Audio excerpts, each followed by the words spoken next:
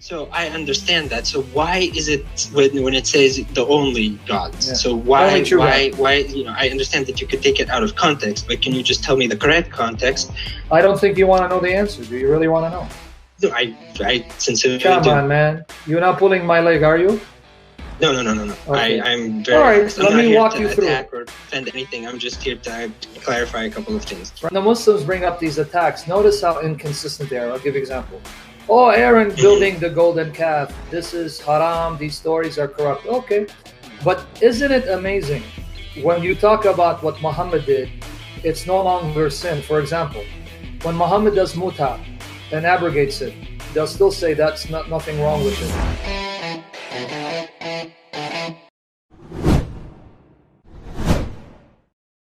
Let's see. I'm taking a chance. Hello? Hello? You said that you want to talk, not tack. Let's see if that's true. I don't know. Like the other Muslim I was talking to, he's very nice. I hope we're going to have that's how it's going to be. But if you're going to attack and mock, it's not going to last long. What's going on? Yes, I have a couple of questions. I hear that you... I've heard your voice, man. You've been on Christian Prince's channel, haven't you? No. Come on, man. No, I have not. Be honest, man.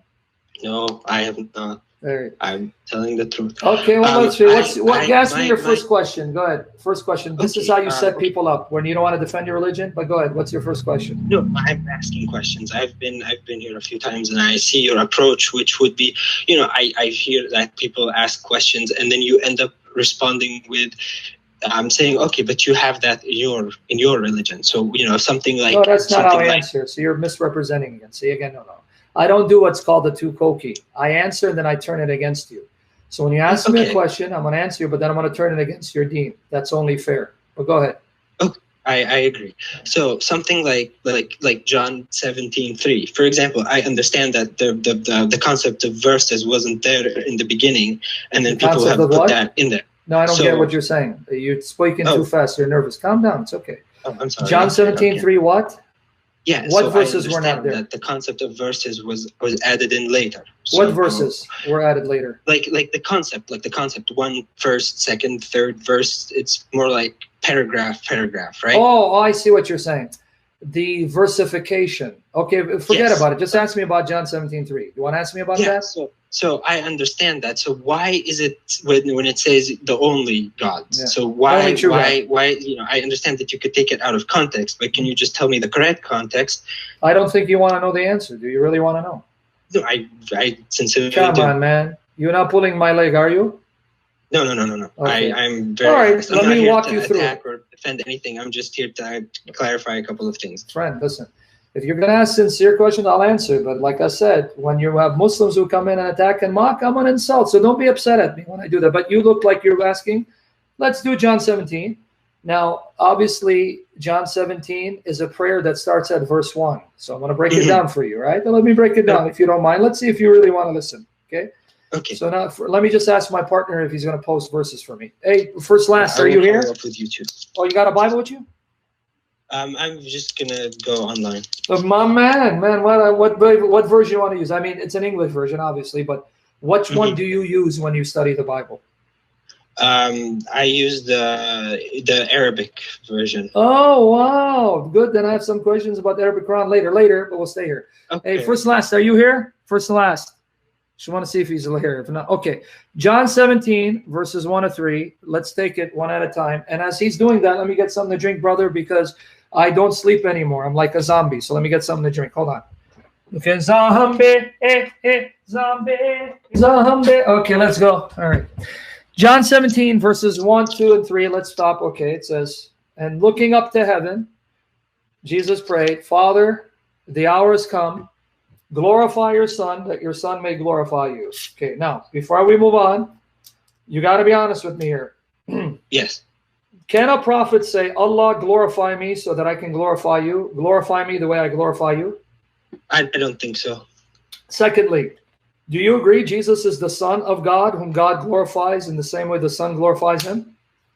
Within the context of your belief, yes. Now I'm talking about you as a Muslim who's quoting John 17:3, because not just my belief. My belief, yeah, I know he's the Son of God. Yeah, but what is on paper? Yes, I agree. Is if I were to read this and I was looking at Islam and Christianity, would I be convinced Muhammad is a prophet, reading Jesus saying he's the Son whom God glorifies in the same way that the Son glorifies him, when Muhammad rejects that? No, okay, good. So far, you would. It's very conflicting. Good. Now, then it says, you have given him authority over all flesh. Now, again, Jesus has authority over all flesh. Everything that's flesh, you and me, belongs to Jesus, is under the control, sovereignty, the lordship. This is what we call rububiyyah, authority over all flesh. That means even Muhammad is under Jesus. Now, again, if I'm a Christian, or not a Christian, forget Christian, I'm reading the Bible and the Quran, and I'm not Christian Muslim, and I look at what Jesus says here, would I conclude that Muhammad is teaching the same thing that Jesus teaches in John? No, of course not. Okay, so, and then it says, and have given him authority over all flesh, that he may, the Son may, give everlasting life to all those whom you give him. You see that in verse 2? Oh, I see. I thought that he was for the Father.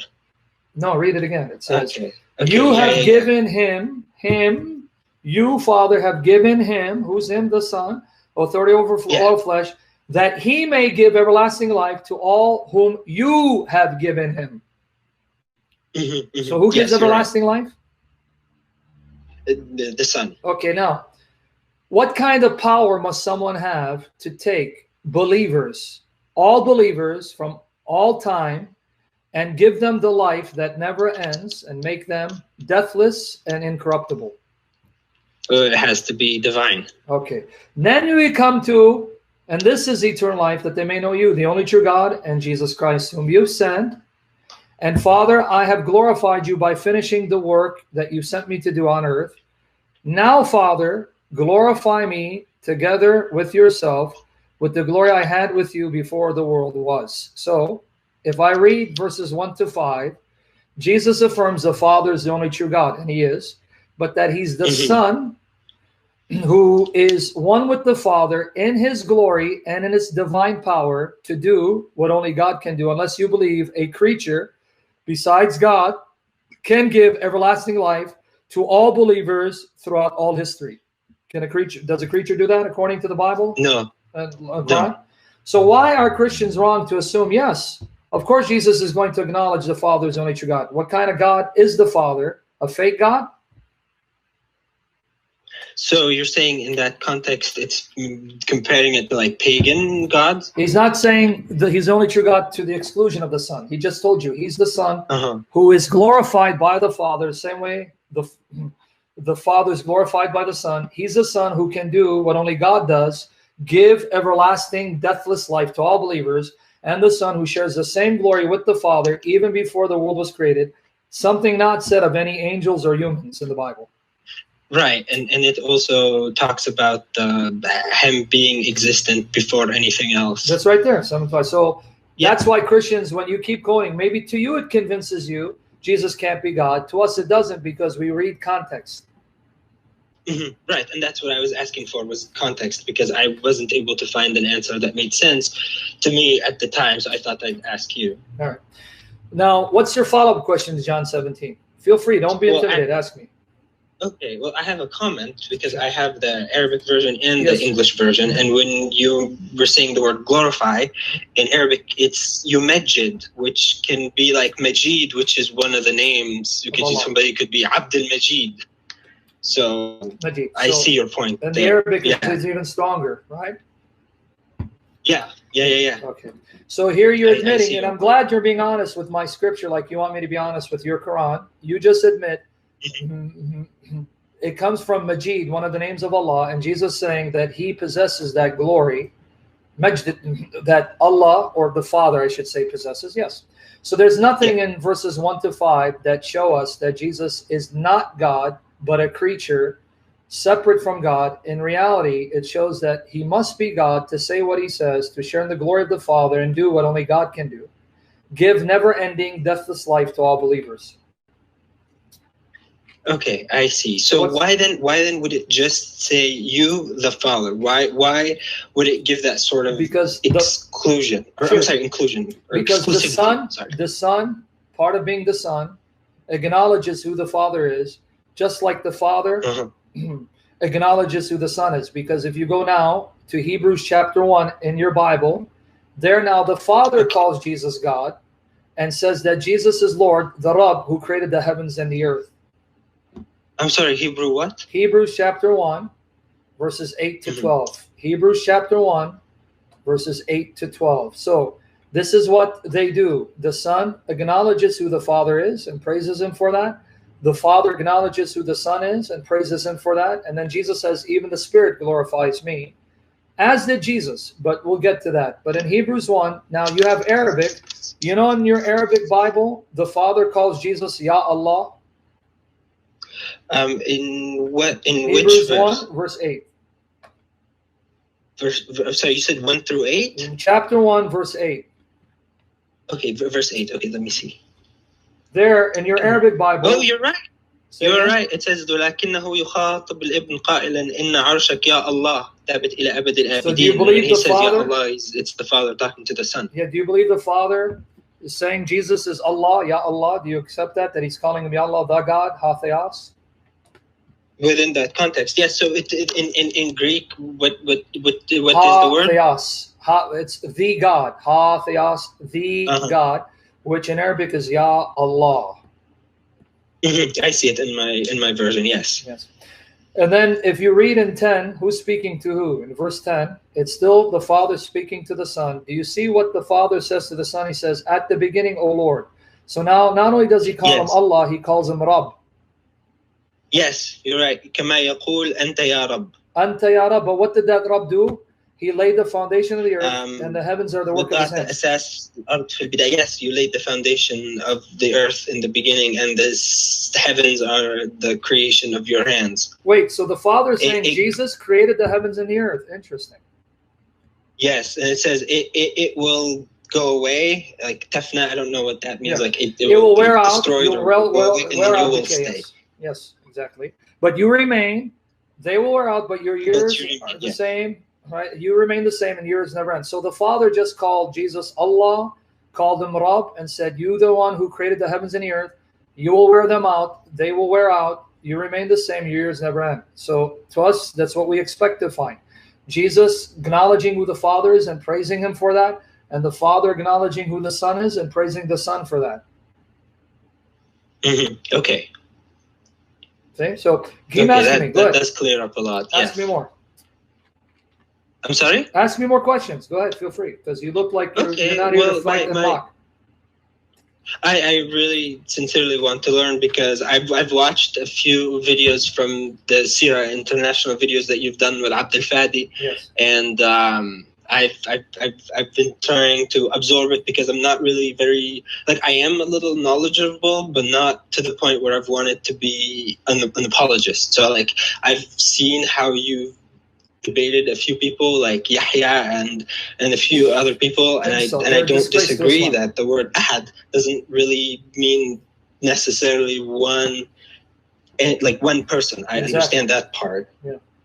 No, but I'm saying, and I'm sorry that you have to see me debate these Muslims, because they do not respect their own religion, let alone mine, and they resort to insults. Well, I have to insult them, but they need to take the warning of 618 of the Quran, where it says, do not insult their gods, lest they insult Allah in their ignorance. But they don't care. But anyway, forget that. You were saying, go on with your point.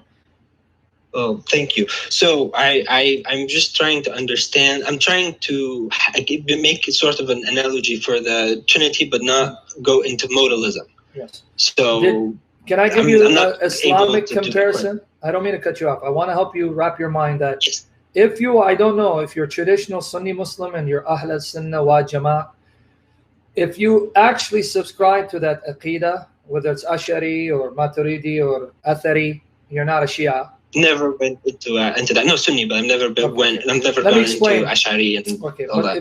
If you ask any of the ulama, the scholars of Sunni Islam, whether they're Salafi or it doesn't matter, they'll tell you the Quran is Kalam Allah. And then also you have in the Quran, Ruh Allah, the Spirit of Allah. Now, if you watch my shows, you've seen me discuss this. Now, the thing is, the Quran, when I tell Muslims, and I don't want to talk about Quran, I want to talk about the Bible. So if you have questions about the Bible, let me just make this point real quick. The Quran, it's the speech of Allah. It's Kalam Allah. It's one of His sifat, one of His attributes. So it's uncreated. But then I ask the Muslim, is the Quran Allah? They'll say no. So then I say, okay, so is the Quran uncreated? Yes. So if it's not Allah, it's uncreated. That's two. They'll say no, no, no. It's the word of Allah. Okay, so but it's not Allah. No, it's not Allah. So then the Quran is not Allah, and therefore it's uncreated. So Allah and the Quran, they're not the same. That's two. Then they'll tell me, well, it's not separate from Him. The Quran's not separate from Him. So then I ask a follow-up question. If it's not separate from Him, then when it became a book, a kitab, then Allah became a book because you can't separate the Quran from Allah. And they'll say, no, no, no, no. Allah did not become a book. So then the Quran is separate from Him. Yeah. You see the problem?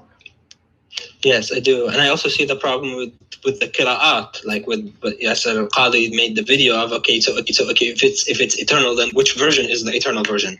See? So you got the Muslims who've been attacking Christianity for years, using these arguments, it's now being turned against them. Because why? Our Bible says something. It says, do not be deceived. God is not mocked. Whatever a man sows, he shall reap. Meaning, when you keep mocking the true God, and you keep insulting Him and His word and attack His people, the day will come where He will turn it against you. And the day has come. Now, everything the Muslims were saying about the Bible and about our God is now being turned against them. Because before, in the 90s, they would boast Quran, perfect, perfectly preserved, not like your Bible corrupt. And now you got Yasser Qadi saying to Muhammad Hijab, don't press me, Ya Muhammad, please. It's troubles. Oh, and then Shabir Ali saying, well, originally they didn't memorize the actual wording of the Quran. They just gave the gist, the message, and later, wow, now you guys are singing a different song because the evidence is against you. See what happens when you mock the true God? Yeah, yeah. He laughs right back at you. See, that's what God does. Well, you know what's funny is all the stuff that Yasser Qadi talked about and how he's saying, you know, there are holes in the narrative. What they taught us in school, and they said, okay, the makhtutat Sana'a, I don't know how to say it in English, the manuscripts from Sana'a.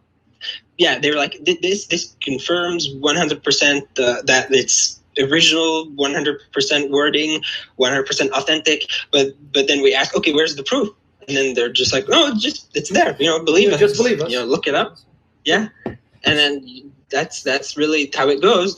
So, and then to go into my next questions is in our part of the world, we have Al-Azhar, you know, the Al-Azhar Mosque or university. Yes. They have YouTube channels, and they make a lot of videos attacking the Bible in certain ways that they take certain like passages and twist them, like John 17:3, for example. Mm-hmm. They do that, and then there's this story with Aaron and the golden calf, and they're like, well, how can somebody like Aaron do that? It was Al-Samiri, but then you go into history, and Al-Samiri didn't even exist, or those kind of people didn't exist. And then they have the Jacob and Esau and that thing, and then they make fun of the story and they say, how could this be holy? So those kind of things I don't really know how to explain to myself, because I'm not very attached to what I've been raised on, because I now realize that the narrative that I've been given has been it's not honest. Yeah. Now what we've been told in school. Yeah, when the Muslims bring up these attacks, notice how inconsistent they are. I'll give you an example. Oh, Aaron building the golden calf. This is haram. These stories are corrupt. Okay. But isn't it amazing when you talk about what Muhammad did, it's no longer sin. For example, when Muhammad does muta and abrogates it, they'll still say that's nothing wrong with it. So notice, when Muhammad does something evil, it's not evil because he did it. But if someone in the Bible does something evil and that God condemns, say that's not a true story. The prophets would never do evil. So now you try to convince me. When Muhammad tells his companions, go and marry a woman for 3 days and then divorce her and pay her money, prove to me that's not prostitution. Or when Muhammad in Surah An-Nisa, chapter 4, verse 24, Surah An-Nisa, chapter 4, verse 24, it says, unlawful for you are married women, except those whom your right hands possess. Then I go to Sunan Abu Dawud, and then the other hadith, even Sahih Muslim. Mm-hmm. And I'm told that when they went to the battle of Autas, okay, the Muslim men Right. were burning with lust, sexual desire, but their wives were not there. So they told Muhammad, should we castrate ourselves? He goes, I'm sorry. Yeah, he goes, should we castrate ourselves? Yeah, That's nafsi. muta. Yeah, That's muta. yeah. I'm sorry. I got see too many hadiths. No, this one was, they saw beautiful women from Otas, beautiful women, but they were married and they felt ashamed. Then the ayah came down saying, don't worry about it. These are women that your right hand possess. You can sleep with them even though their husbands are alive. Now, we would call that rape and adultery, and we'd call that prostitution. Now, which professor from that university, Al-Azhar, would say that is rape, that is zina, adultery, that's prostitution, and Muhammad sin? No, none. Oh, but they'll attack the Bible. Right. Oh, I see. Yeah. And what about the story? And then if you have questions about the Bible, ask me. Feel free to ask me. But what about the story? Okay. Zayd, let me leave you with this one point. Zayd. Oh, I know. Yeah. Okay, Zayd. Muhammad adopts Zayd. They call him Zayd ibn Muhammad. Now then, Muhammad marries him to Zainab, even though she didn't want to marry him. Then one day he goes to her house. He sees her without the veil, and he says, praise be to Allah who turns the hearts. Zayd realizes, my father now desires my wife. So he goes to his prophet and he says, I'll divorce her for you. Look at his love for his prophet. I'll divorce her. No, don't do that. And he divorces her anyway. And then the ayah comes down saying, you hid in your heart what Allah is about to reveal, that when Zayd finishes with her, you can marry her as an example for other men to marry the wives of their adopted sons. So Muhammad lusts for a married woman. The man divorces her, then he marries that married woman who is the son, who is the wife of his son. Then he says, I do this as an example that if you have an adopted son and he divorces his wife, you can marry her. Now, brother, let me ask you a question. How would you feel if you're living at that time? I'm your adopted father, and you have a woman, you're sleeping with her, you divorce her. I marry her, now she's your mother. The very woman you saw naked, the very woman you slept with, the very woman you did sexual acts with, now you have to view her as your mother. Well, now that you put it this way, it's very uncomfortable. We don't really think about it. We don't put ourselves in that scenario, I guess. You see? So, and this is a man right. who's supposed to be an example. A woman that I had naked in my bed, I was sleeping with her. Now I have to see her as my mother. But then, and I'll leave you with this, then you can ask me questions. Then they start making fun of him. Look at you, you took your son's wife. Then the ayat come down. Do not call them your sons. Call them after their fathers. And if you don't know who their fathers are, then they are your patrons. Your brothers. And yes, okay. So Muhammad first said, I'm doing this so that other men can marry their adopted son's divorced wife. Then he abolishes adoption. So what example did he set when Allah knew he's going to abolish adoption? Yeah, you're right. And then it's a very bad example. Okay, but then explain to me what an inhumane and unmerciful practice. You destroy adoption so that in future generations, women who can't have children and orphans who don't have parents can never be adopted, so that a woman can have a child as their own through adoption, or an orphan can have parents whom he can call parents through adoption because of what your prophet did. And you want us to respect him? No, that's right. They say it's because اختلاط الأنساب, which means like intermixing of the DNA of people, and not the DNA, like intermixing of people, which is, I mean, it's not really an excuse. It's more just like, this is the best we could come up with. They can't have, because, okay, now let's say, all right, why didn't Allah then abolish adoption before Muhammad took his adopted son's wife and embarrassed himself?